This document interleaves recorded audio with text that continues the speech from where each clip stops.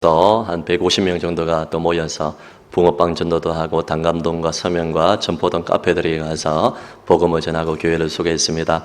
비 오는 날씨 가운데서도 아주 우리 교인들이 기쁨으로 복음을 전하고 또 많은 청년들에게 또 장년들에게 예수님을 소개했습니다. 우리 주일학교 아이들이 전도를 가장 잘하더라고요. 초등학교 5학년, 6학년 아이들이 지나가면서 예수님 믿으세요, 성안교회 오세요, 얼마나 큰 소리를 치면서 이렇게 얼마나 전도를 잘하는지 모르겠습니다. 수고해 주신 여러분에게 감사를 드립니다. 우리가 때를 얻든지 못 얻든지 복음을 전하고 생활 선교사로 살아가셨으면 좋겠습니다. 우리 오늘 예배드리는 모든 교우들에게 예수 그리스도의 은혜와 평강이 있기를 간절히 소망합니다. 우리 앞뒤 좌우로 이렇게 인사했으면 좋겠습니다. 당신은 하나님의 보석입니다.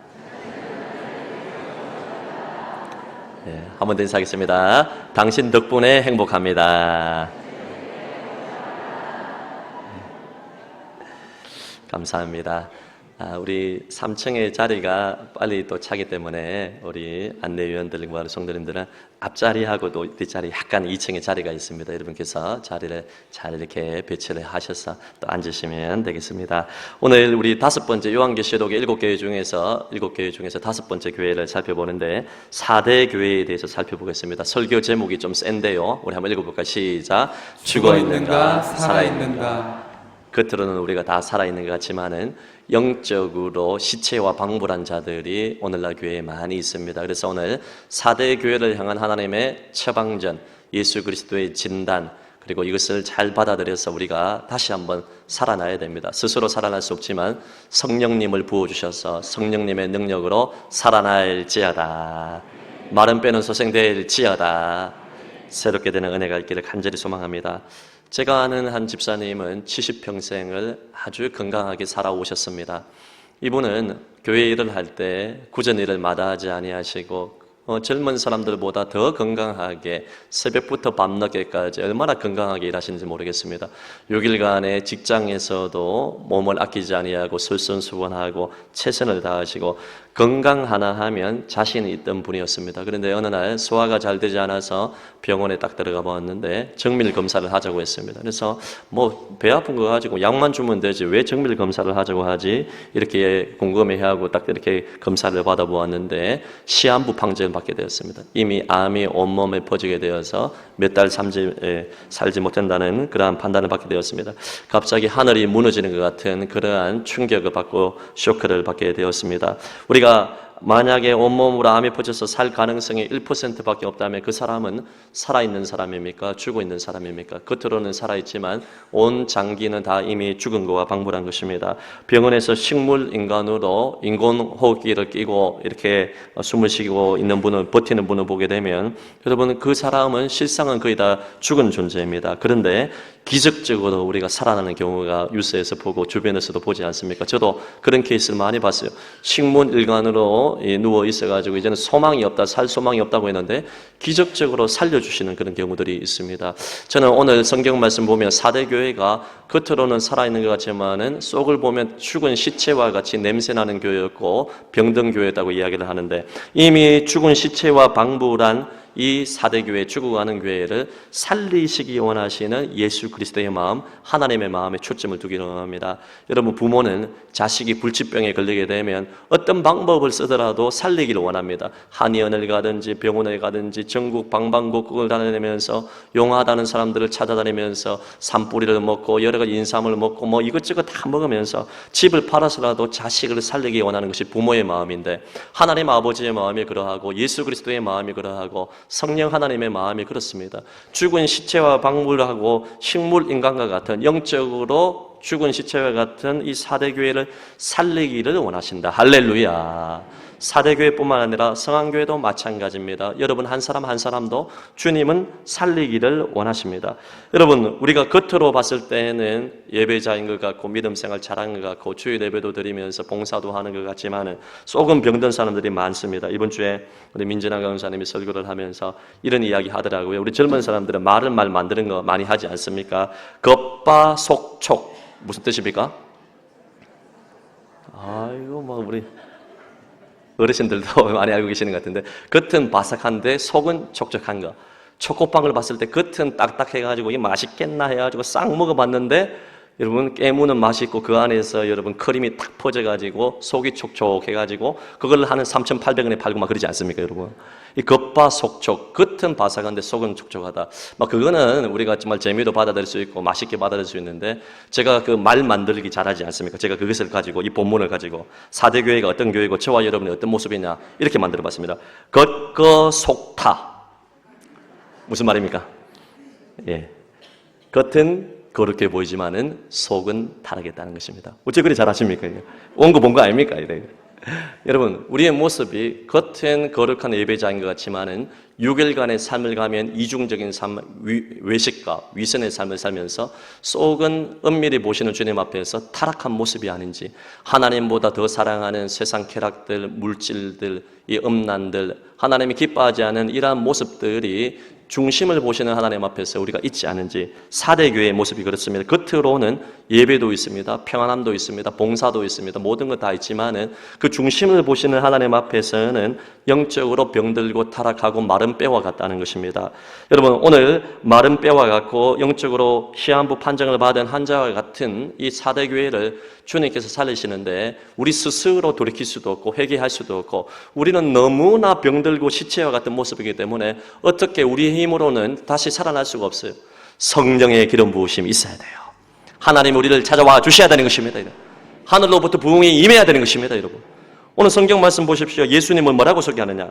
7교회 중에서 여러분 예수님을 소개할 때 그 소개가 중요하다고 했는데 7영과 7별을 가지고 계시고 이 본문은 지고 계신다, 붙들고 계신다는 거예요. 7영은 뭐냐면 완전수 7을 써서 거룩하신 성령을 뜻하는 것이죠. 거룩하고 완전하신 성령을 소유하고 계신. 무슨 말이냐?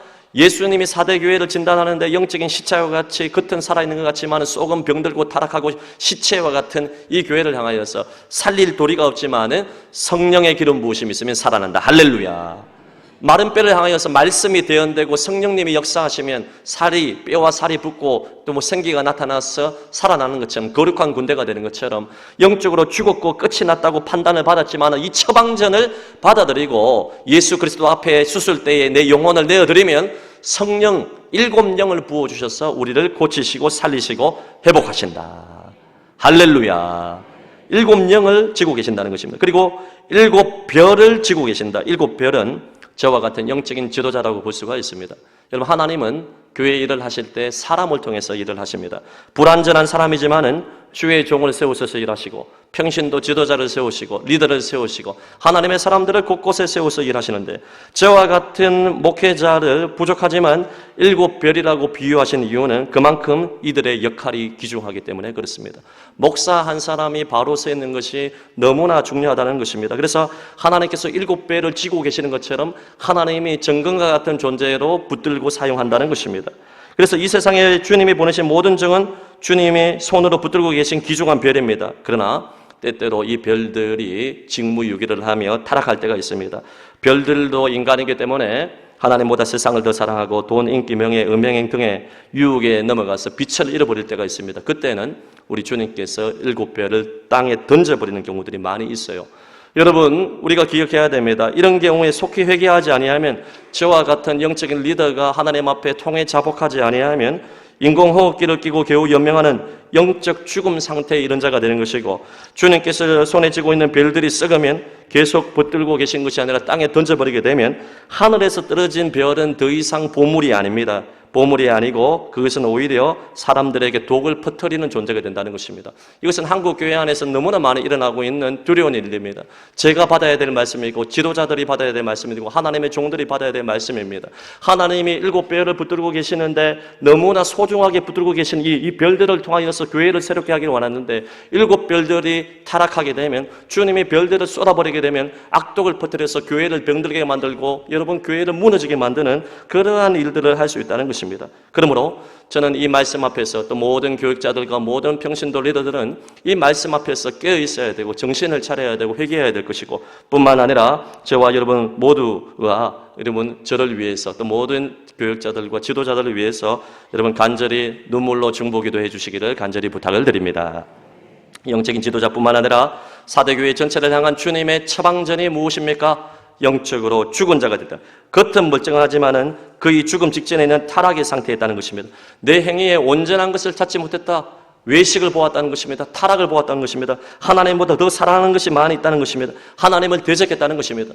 여러분, 4대 교회를 향한 이 메시지를 주면서 요한계시록 주석을 썼던 미국의 세계적인 신학자인 찰스 스윈들, 목회자였던 찰스 스윈들이 오늘날의 교회를 이렇게 진단을 할 때 이런 식으로 한번 판단을 할 수 있다 이렇게 이야기했는데 좀 길지만은 제가 한번 읽어드리겠습니다. 찰스 스윈들의 요한계시록 주석을 보면 죽은 교회의 5가지 특징이 있습니다. 우리도 적용을 해야 할 것입니다. 죽은 교회는 과거를 숭배합니다. 늘 과거를 운운하며 기막힌 회심의 사연들과 놀라운 부흥, 훌륭한 전임 목사님들을 우려먹습니다. 반면 살아있는 교회는 부지런히 과거 위에 짓대 의지적으로 미래를 향해 나아갑니다. 두 번째는 죽은 교회는 융통성이 없고 변화에 저항하게 되어 있습니다. 세 번째, 죽은 교회는 대개 지도자들이 육신적이고 게으릅니다. 목사들과 직원들과 교만과 안일과 권리의식 등의 죄에 빠져 있고 자만에 배울라 은퇴의 항구로 향하고 있습니다. 반면 살아있는 교회의 지도자들은 소명감에 불타 열정적으로 사역에 임합니다. 그들은 자신의 직업에 따라오는 온갖 혜택이나 챙기고 있지 않습니다. 네 번째, 죽은 교회는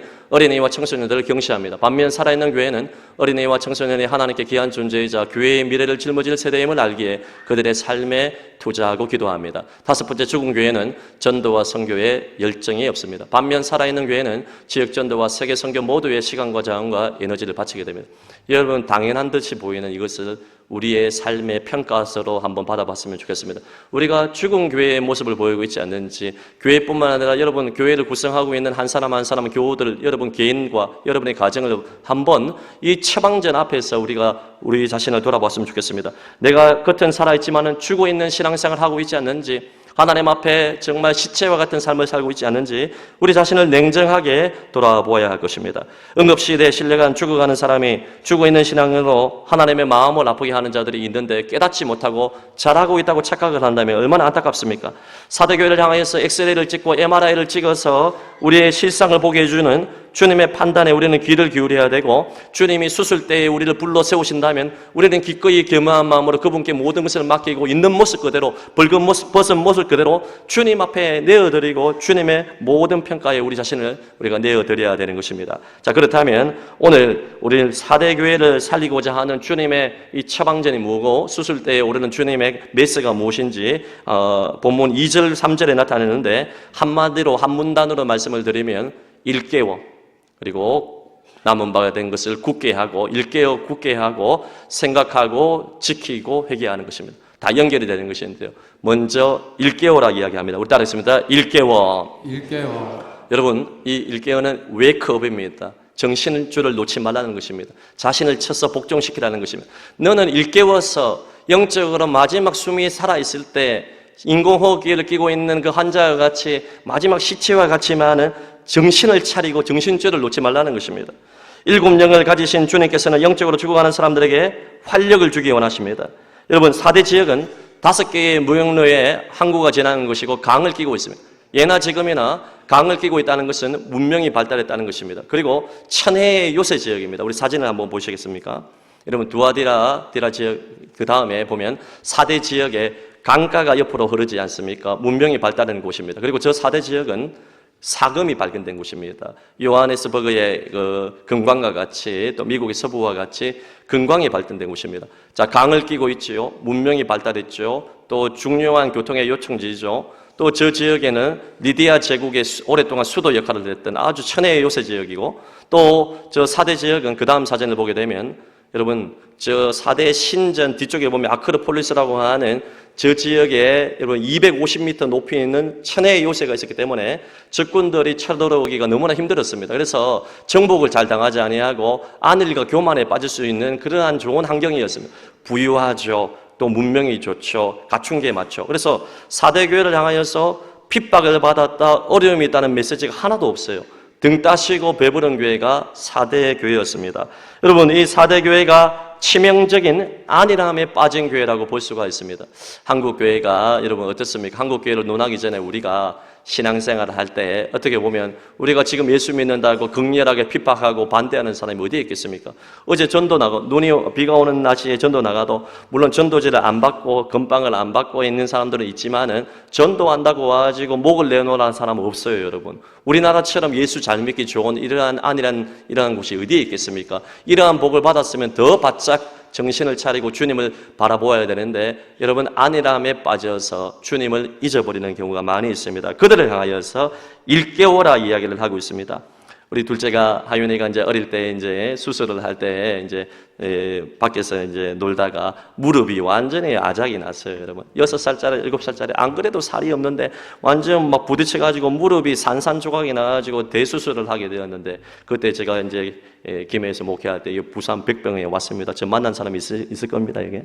백병에 와가지고 수술을 하는데 막 몇 시간 동안 수술을 하는데 여러분 수술을 하고 나서 이렇게 몇 시간 동안 잠을 자면 안 됩니다. 왜냐하면 그때 잠을 자버리게 되면 영혼이 잠들 수 있다고 하기 때문에 정신을 차리게 해줘야 됩니다. 그때는 막 아이슈도 주고 막 여러 가지 막 새콤달콤도 주고 잠을 깨야 되는데 애가 뭐 아이슈를 먹어도 얼마나 잠이 옵니까? 피곤하고 고나니까 수술 이후에 막 눈꺼풀이 이렇게 내려오면 제가요 아빠한테는 뺨을 때리고 잠은 안 된다 꼬집고요 온갖 아양을 다 떨고 정신 차려라 웨이크업 정신 차려라 일깨워서 아이를 잠 못 자게 해야 됩니다, 여러분. 그럴 때가 있지 않습니까? 위급한 상황에는 일깨워야 되는 것입니다. 여러분 우리가 졸음 운전을 할 때도 그렇지 않습니까? 정신 바짝 차려야 됩니다, 여러분. 졸음 운전 잘못하게 되면 큰 사고가 납니다. 생명을 잃어버리는 경우가 나타나게 됩니다.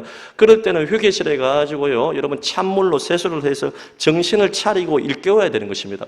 여러분 영적으로도 마찬가지입니다. 죄 짓는 것을 쉽게 생각하고 회개할 줄도 모르고 하나님의 마음이 아픈 거 또 얼마나 고통스러운지 관심도 없고 하나님의 자녀임에도 불구하고 주님과 동행하지 아니하고 그냥 뭐 그럴 수도 있지 생각을 하고 죄 짓는 것을 그냥 타협하면서 하나님 나 다 용서해 주신다 회개하면 되지 이런 마음으로 아니라는 마음으로 살고 있는 사대교회 성도들을 향하여서 제발 웨이크업 정신 차려라 일깨워라 너 그렇게 살면 안 된다. 여러분 이 메시지를 저와 여러분이 받아야 되는 것입니다. 사랑하는 성도 여러분 정신 차립시다. 이대로 살면 안 돼요, 여러분. 6일간의 삶과 주일의 이 모습이 다르면 안 됩니다. 이중적이고 외식과 위선의 삶을 살고 주님께서 복을 주셔서 평탄하면 여러분 예수 믿기가 쉬운 환경이면 더 하나님 앞에 바짝 엎드려야 되는데 여러분 등 따시고 배부르면 주님을 잊어버리고 여러분 이중적인 삶을 살고 하나님의 마음을 아프게 하는 삶을 살았다면 여러분 더 이상 우리가 미루면 안 됩니다. 정신 차리고 일깨워서 우리 자신을 여러분 쳐서 복종시켜야 되는 것입니다. 성안의 모든 교회 여러분 지금까지 여러분이 어떤 삶을 살았든지 간에 오늘 이 시간 여러분의 영혼을 일깨우시기를 바랍니다. 스스로 선포하시기를 바랍니다. 이렇게 살 수 없다. 우리 자신을 웨이크업해야 되는 것입니다. 그리고 두 번째는 굳건하게 하는 것입니다. 그 남은 바 죽게 된 것을 잘못된 부분을 다시 마음을 정하여 굳게 하라, 믿음을 굳게 하라는 것입니다. 여러분 우리가 그 다윗을 알지 않습니까? 다윗이 도망자 인생을 살면서 그렇게 주님을 늘 찬송했고 여러분 시편의 150편 중에서 70편 정도를 다윗이 기록했어요. 계시의 말씀을 기록하는 통로가 되어서 다윗같이 하나님의 마음이 합한 사람이 없었다고 이야기합니다. 얼마나 위대한 하나님의 사람입니까? 그런데 다윗이 도망자의 세월을 10년 이상 살다 보니까 살아도 산 목숨이 아닌 자신의 처량한 자기 신세를 보면서 찬송이 중단된 적이 있었던 것 같습니다. 그때 여러분 다윗이 믿음이 약해졌을 때 어떻게 고백하느냐? 시편 57편 7절에서 8절 시작. 하나님이여 내 마음이 확정되었고 내 마음이 확정되었사오니 내가 노래하고 내가 찬송하리이다. 내 영광아 깰지어다 비파야 수금아 깰지어다 내가 새벽을 깨우리로다. 아멘. 여러분 찬송이 중단된 그때에 다시 한번 그 남은 바 죽게 된 것은 마음을 굳게 하여 마음을 확증했는데 그 확증의 내용이 뭐냐면 다시 내가 주님을 새벽에 깨워서 찬송하겠다. 하나님의 이름을 높이고 하나님의 성호를 송축하겠다는 찬송의 결단, 기도의 응답, 하나님 앞에 나와서 말씀의 결단, 믿음을 굳게 하는 이 작업을 했습니다. 여러분 시련 때문에 우환질고 때문에 여러 핍박과 유혹 때문에 여러 가지 복잡한 환경 때문에 찬송이 중단된 분 계십니까? 여러분 정신을 일깨워서 마음을 확증하여 다윗처럼 스스로 선포하여 내 마음이 확정되고 확정되었사오니 내가 다시 노래하고 주의 이름을 찬송하리로다. 이 고백이 회복되기를 예수님의 이름으로 축복합니다. 그러면 살아나는 것입니다, 여러분. 세 번째로 너무나 중요한데 따라하겠습니다. 생각하라. 일깨워서 남은 바 죽게 된 것은 믿음을 굳게 하고 마음을 확정하고 난 다음에 무엇을 생각하느냐? 내가 어떻게 받았으며 어떻게 들었는지를 생각하라. 복음을 처음 받았을 때에 하나님의 은혜를 충만하게 처음 받은 그 첫사랑 때에 그 주님과의 따뜻한 사랑, 그 은혜 받았던 것, 복음의 말씀을 기억하고 은혜의 때를 기억하고 회상하고 다시 그때로 돌아가라는 것입니다. 여러분, 4대 교회의 이 성도들도 처음에는 은혜를 받고 말씀을 받아들이고 주님을 뜨겁게 사랑했던 적이 있었을 것입니다. 에베소 교회도 첫사랑을 잃어버려서 야단을 맞고 주님께 책망을 받았는데 4대 교회도 마찬가지입니다. 주님을 처음 만났을 때의 뜨거운 예배의 감격이 있었을 것입니다. 우리로 치면 어떻습니까? 우리가 10대 시절에 20대 시절에 아니면 주님을 몇 년 믿었던 간에 처음 주님을 만났을 때의 그 뜨거움과 그 순수함들, 그리고 여러분 금요 성령 집회에 나와서 눈물로 기도하고 찬송했던 그 시간들, 그리고 여러분 주일 예배를 비롯해서 큐티하는 시간들을 통하여서 소그룹 목장 모임 때마다 눈물로 간증하고 눈물로 예수 그리스도의 복음을 전하고 어떻게 들었는지 어떻게 받았는지 그 복음을 처음 받았을 때를 잘 생각하여 다시 한번 자기 자신을 새롭게 하라는 것입니다. 여러분, 저는 신앙생활을 하면서 좀 마음이 낙심이 되거나 또 침체가 되거나 하나님의 마음을 아프게 했던 그러한 모습들을 살펴보면서 내 자신을 한번 회복되기를 원한다. 그럴 때마다 이제 고향에 이제 자주는 못 가지만 어쩌다 한번 우리가 뭐 설날이나 이럴 때 가게 되면 그 짧은 1박 2일 동안에 저는 이렇게 모교회를 꼭 찾아가요. 그래서 바쁘면 아이들이 막 이것저것 해가지고 바쁘면요, 모교회 안에 들어가지를 못하면 그때 꼭 차량을 몰고 가가지고 그 주변을 꼭 돌고 옵니다. 왜냐하면 내가 그때 10대 시절에 주님을 사랑하고 야자를 마치고 또 1시간 동안 기도하고 또 새벽 기도 시간에 그 예배드릴 때에 그렇게 눈물로 기도하고 하나님을 찬송했던 그때를 회상하면서 그때를 생각하면서 그때 은혜 받았던 때를 회상하게 되면 내 영혼이 살아나는 것을 생각하게 되고 또 결단하게 되고 하나님 앞에 충성을 맹세하는 그런 시간을 통하여서 내 영혼이 회복되는 것을 경험했기 때문에 그렇습니다. 여러분도 처음 말씀 받았을 때, 처음 은혜 받았을 때, 처음 주님 만났을 때 그때를 생각하시기를 바랍니다. 금요 성령 집회 드리면서 주님을 뜨겁게 찬송하고 기도하고 주님의 임재를 경험하고 나 같은 죄인을 품어주시고 사랑해 주시는 그 은혜의 때를 우리가 생각할 수만 있다면 우리는 회복되고 다시 살아날 수가 있는 것입니다. 여러분, 주님께로 돌아가면 살아날 줄로 믿습니다. 호세아 6장 1절에서 2절 말씀 볼까요? 6장 1절에서 2절 시작. 오라 우리가 여호와께로 돌아가자. 여호와께서 우리를 찢으셨으나 도로 낫게 하실 것이요 우리를 치셨으나 싸매어 주실 것입니다. 여호와께서 이틀 후에 우리를 살리시며 셋째 날에 우리를 일으키시리니 우리가 그의 앞에서 살리라. 할렐루야. 은혜 받았을 때에 어떻게 은혜 받았는지 첫사랑대로 돌아가고 주님을 찾기만 하면 주님께서 우리를 찢으셨어요. 우리를 징계하셨지만 살리기 원하시고 상처를 싸매어주고 다시 한번 부흥을 주시기를 원하시는 주님의 마음을 우리는 알아야 되는 것입니다. 자, 네 번째로 지키라, 순종하라는 것입니다.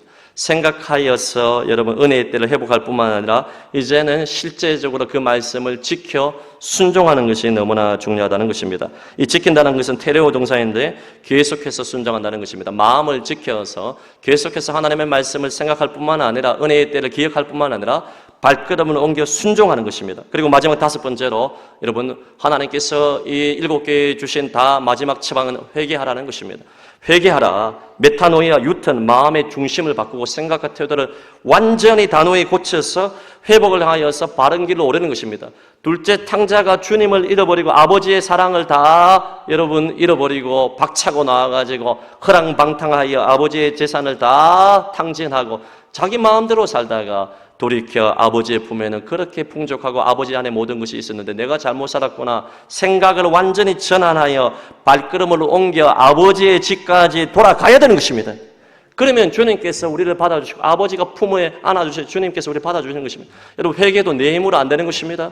성령님의 강력한 기름 부음을 통하여서 주님이 우리를 회개시킵니다. 이대로 살면 안 되겠구나, 정신을 차려야겠구나, 이중적인 삶을 이제 중단해야겠구나, 정신을 일깨워서 마음을 감동시켜 주시면 생각하고 은혜의 때를 회복하고 그 발걸음을 순종하고 진심으로 회개할 때 하나님의 영의 기름 부으심을 통하여서 우리가 살아날 줄로 믿습니다. 여러분, 지금 여기 계신 여러분들 어떻게 신앙생활을 몇 년 하셨던 간에 여러분 지금까지 오랫동안 침체 가운데 있었습니까? 오랫동안 외식과 위선과 이중적인 삶을 살고 부유하고 등 따시고 배부르고 때로는 환경에 다 예수 믿기 좋아가지고 예수 믿는 것을 하찮게 생각하고 죄 짓는 것을 쉽게 생각하고 하나님의 말씀을 무시하고 살았고 이래도 괜찮아, 그래도 하나님 다 용서해 주시지, 이런 안일함에 치명적인 안일함에 빠져서 살아갔다면 오늘 회개하지 아니하면 주님께서 도둑같이 나타나셔서 우리를 여러분 이렇게 징계하신다고 이야기합니다. 도둑이 들어오면 집안을 다 박살내지 않습니까? 여러분 다 훔쳐가지 않습니까?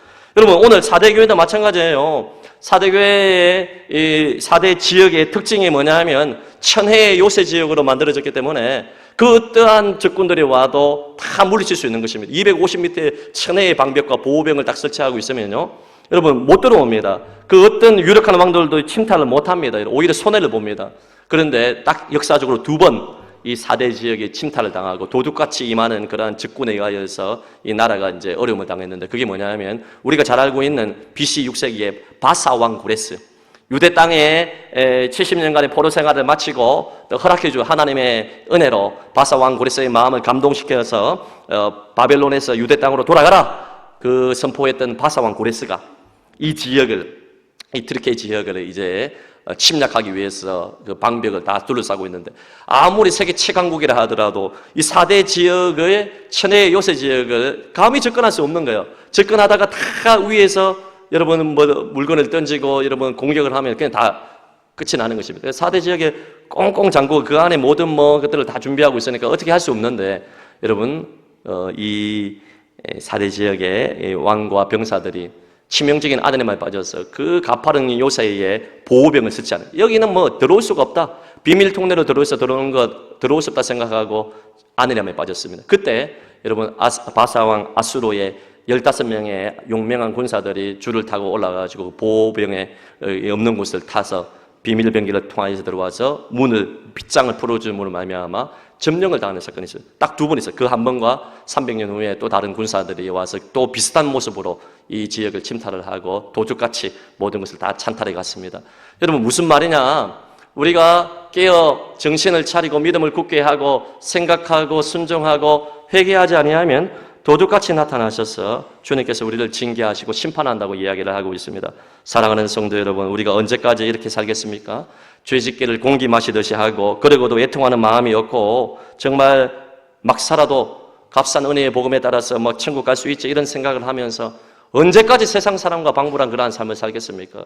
주님께서 도둑같이 임하셔서 우리를 징계하신다는 이 징계의 말씀을 알고, 오늘 성령님의 수술대에 예수 그리스도의 여러분 모든 메시를 드시는 그곳에 내 자신을 내어드리고 정신을 차리고 깨어 믿음을 굳게 하고 수술대 우리 자신을 들여서 진정한 회개를 통하여서 주님이 오늘 죽은 내 신앙을 살리시고 나를 고치시고 회복해야 하는 은혜가 있기를 축복합니다. 여러분 이렇게 이 은혜를 받게 되면 이기는 자는, 딱 마지막으로 이것만 하고 마치겠습니다. 한번 띄워주시겠습니까? 이기는 자에게 시작. 흰옷 입혀주심, 생명책 이름은 제하지 않음, 우리 이름을 하나님과 천사들 앞에서 시인해 주심. 우리를 흰옷을 입혀준다는 것은, 흰옷은 정결과 승리의 상징입니다. 웨딩드레스를 입을 때 검은 옷 입는 사람 없잖아요. 승리와 정결, 그리스도의 신부를 상징하는 것입니다. 주님께서 친히 이기는 자에게 흰 옷을 입혀줍니다. 정결함을 덧입혀준다는 것입니다. 그리고 생명책에 이름을 제하지 않는다. 그러니까 예전에 우리 선배들 보게 되면 학력고사나 이럴 때 보게 되면 그 대학에 시험을 치고 나서 대자보 같은 걸 붙이지 않습니까? 합격자 명단에 딱 이름이 있으며 내가 정말 실력이 모자라서 합격 못할 줄 알았는데 어쩌다가 은혜로 이렇게 합격이 되게 되면 얼마나 기쁩니까? 그런데 합격자 명단에 이름이 없으면 그야말로 눈물이 나고 낙심이 되고 얼마나 힘이 듭니까? 여러분 대학 입시나 어떤 취업 같은 것은 때로는 떨어져도 괜찮아요. 하지만 생명책 명부에 이름 없으면 큰일 납니다, 여러분. 그런데 이기는 자에게, 여러분 회개하는 자에게 생명책 이름의 명부에 여러분의 이름이 있다. 할렐루야. 한 사람도 예의 없이 우리 성안의 모든 교우들은 제가 목회하는 동안에 여러분 한 사람도 생명책에서 이름이 제해지는 사람이 없기를 예수님 이름으로 축복합니다. 여러분 그렇지 않습니까? 진짜 가장 큰 복은 생명책 명부에 우리 이름이 있는 것입니다. 지금 예수님께서도 말씀하셨죠. 그 둘씩 전도자를 보내면서 능력을 주었습니다. 그러면서 이 둘씩 나가서 예수 이름으로 복음을 전하니까 귀신이 떠나는 것을 목도한 거예요. 너무 기뻤습니다. 그래서 예수님께 달려와가지고 예수님 우리가 예수 이름 증거하니까 성령님의 역사를 하면 귀신이 우리에게 항복하더라. 이렇게 너무나 항복합니다. 이렇게 이야기를 하면서 행복합니다. 이야기를 하니까 예수님 말씀하셨죠. 귀신이 너희들에게 항복하는 것도 기쁜 일이지만 그것보다 더 기뻐하기는 너희 이름들이, 제자들이 비록 불완전하지만 예수를 믿어서 생명책에 기록된 것으로 인하여서 기뻐하라. 할렐루야. 이기는 자에게 이러한 은혜를 줍니다. 그리고 마지막 세 번째, 공개적으로 우리 자신의 이름들을 하나님과 천사들 앞에서 공개적으로 시인해 주시는 이 은혜를 하나님께서 주신다고 말씀하고 있습니다. 사랑하는 여러분, 말씀 결론 맺으면서 7영과 7뼈를 붙드신 우리 주 예수 그리스도께서 7영이 쓴 성령을 우리 가운데 부어주셔서 우리를 살리기를 원하십니다. 영적으로 죽은 자와 방불한 삶을 살았다면 이제는 더 이상 그렇게 살면 안 돼요. 오늘 정신 바짝 차려야 되는 것입니다. 제가 지난번 한 몇 달 전에 설교를 하면서 그 말씀을 드렸죠. 중학교 1학년 때 제가 천방지축 또 저 개구쟁이였는데, 예전에 우리 김준주 전사님도 우리 사진 보니까 진짜 개구쟁이처럼 생겼대요. 보니까요 생겼는데 저도 만만치 않았습니다. 저도 만만치 않았어요. 그래서 여러분 막 이렇게 했는데 중학교 1학년 때 그 선생님이 제가 이제 예수 그리스도를 믿는 사람인 걸 알고 제 아버지도 알고 그래가지고 이제 예수 믿는 사람인데 저를 따로 한번 만나자 하더라고요. 그래서 쉬는 시간에 딱 나가가지고 저한테 딱 한마디 했어요. 제가 그때 말씀드렸죠. 진실아, 너 예수 믿는 사람이 그렇게 살면 되나? 딱 한마디 했는데 여러분 그냥 스쳐 지나갈 수도 있는데 그 한마디를 듣는데 성령님이 제 마음을 강타하는 것 같았어요. 그 어린 14살 나이 때. 진실아, 너 그렇게 살면 되나? 이 한마디에 눈물이 막 하염없이 내리는 거야. 너무나 부끄러워가지고 얼굴을 딱 돌렸는데 성령님이 너 그렇게 살면 되나? 선생님의 한마디를 통하여서 내가 이렇게 살면 안 되는데 회개의 눈물이 이제 쏟아지는 그런 적이 있었습니다. 여러분, 성령님이 오늘 찬양과 말씀과 기도와 설교자인 저를 통하여 이 4대 교회를 주시는 메시지를 통하여서 여러분에게 도전하십니다. 영적으로 죽은 시체와 같은 방불한 삶, 언제까지 이중적인 삶을 살래? 언제까지 외식과 위선과 교만과 음란과 타락으로 살래? 언제까지 신다잡지 못하게 살래? 주님이 말씀하십니다. 너 그렇게 살면 되겠니? 이 주님의 진단 앞에서 여러분 웨이크업, 일깨워 남은 발을 죽게 된 것을 굳게 하고 생각하고 은혜의 때로 돌아가서 또 말씀에 순종하여 진정한 회개를 통하여서 여러분의 영혼이 살아날지어다, 회복될지어다, 마른 뼈가 소생될지어다. 하나님 기뻐하시는 이러한 신앙생활을